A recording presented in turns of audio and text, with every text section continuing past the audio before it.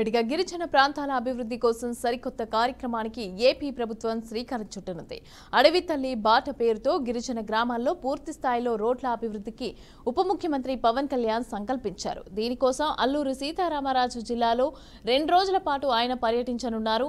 ఇవాళ ఉదయం విశాఖపట్నం విమానాశ్రయం నుంచి నేరుగా అల్లూరు జిల్లా డుమ్రిగూడ మండలం పెదపాడు గ్రామానికి పవన్ కళ్యాణ్ చేరుకుంటారు. పెదపాడు గ్రామంలోని గిరిజన ఆవాసాలను సందర్శించి అడవి తల్లి బాట పేరిట చేపట్టే రోడ్ల నిర్మాణానికి శంకుస్థాపన చేస్తారు. అనంతరం అక్కడే బహిరంగ సభలో పాల్గొంటారు. 8వ తేదీ ఉదయం అరకు మండలం సంకరమిట్టకి పవన్ కళ్యాణ్ చేరుకొని అక్కడ నిర్మించిన ఎడెన్ బ్రిడ్జిని ప్రారంభిస్తారు.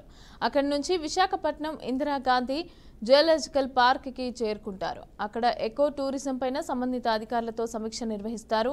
రాష్ట్రంలో పర్యాటక అభివృద్ధి, ఎకో టూరిజం కి ఉన్న అవకాశాలపైన చర్చిస్తారు. గిరిజన గ్రామాల మధ్య అనుసంధాన రోడ్ల అభివృద్ధి, రాష్ట్రంలో ఎకో టూరిజం ప్రోత్సాహంపై పవన్ కళ్యాణ్ ప్రధానంగా దృష్టి సారించనున్నారు.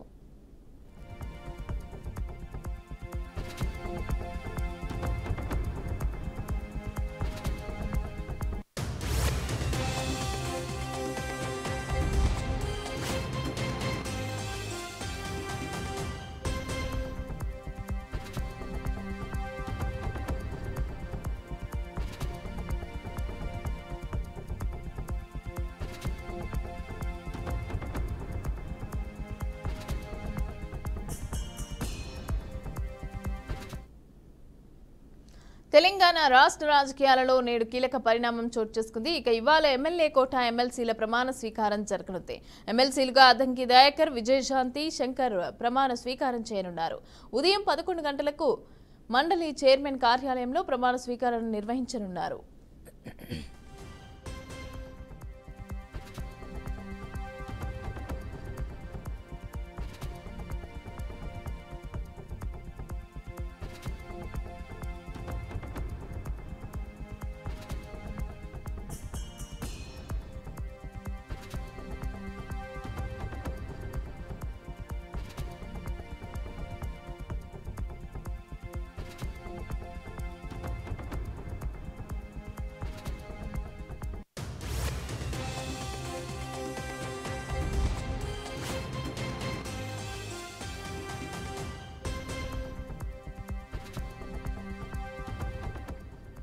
తెలంగాణ రాష్ట్ర రాజకీయాలలో నేడు కీలక పరిణామం చోటు చేసుకుంది. ఇక ఇవాళ ఎమ్మెల్యే కోట ఎమ్మెల్సీల ప్రమాణ స్వీకారం అయితే జరగనున్నట్టుగా తెలుస్తోంది. ఎమ్మెల్సీలుగా అద్దంకి దయాకర్, విజయశాంతి, శంకర్ ప్రమాణ స్వీకారం చేయనున్నారు. ఉదయం 11 గంటలకు మండలి చైర్మన్ కార్యాలయంలో ప్రమాణ స్వీకారం నిర్వహించనున్నారు.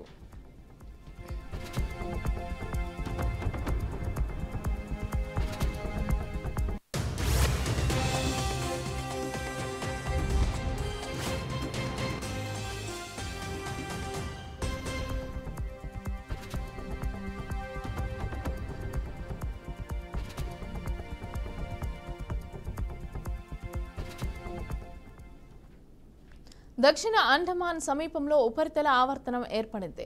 దీని ప్రభావంతో తెలుగు రాష్ట్రాల్లో వర్షాలు పడే అవకాశం ఉందని వాతావరణ శాఖ అధికారులు వెల్లడించారు. ఒక్కసారిగా వాతావరణంలో మార్పులు చోటు చేసుకుంటాయని, వెంటనే కొన్ని జిల్లాల్లో భారీ వర్షాలు పడతాయని, వీటికి తోడు పిడుగులు కూడా పడతాయని హెచ్చరించారు. రాష్ట్రంలో మరో 5 రోజుల పాటు కొన్ని ప్రాంతాల్లో తేలికపాటి నుంచి మోస్తారు వర్షాలు కురిసే అవకాశం ఉందని తెలిపారు.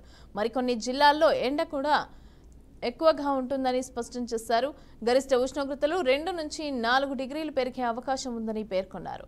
నేడు కొన్ని ప్రాంతాల్లో పిడుగులు పడతాయని చెప్పారు. ఇక వర్షాలు పడే సమయంలో ప్రజలు అప్రమత్తంగా ఉండాలని తెలిపారు.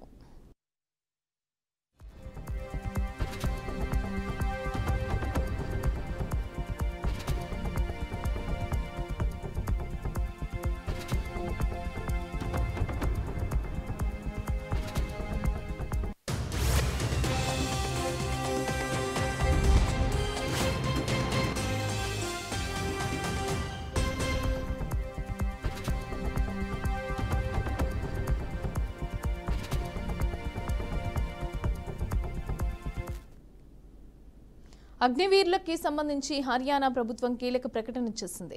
తమ రాష్ట్రంలో పోలీసు నియామకాల్లో అగ్నివీరులకు 20% రిజర్వేషన్లు కల్పించనున్నట్లు ప్రకటించింది.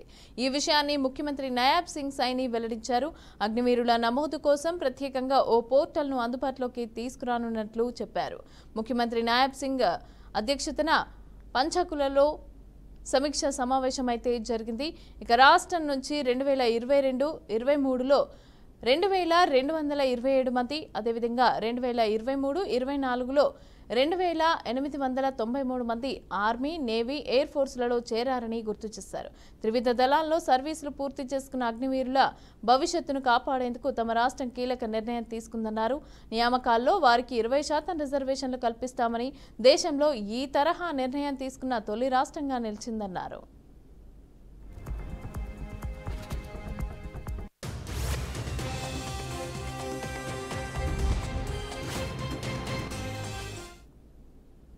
ఇవి bulletin updates. For more updates, keep watching BRK News.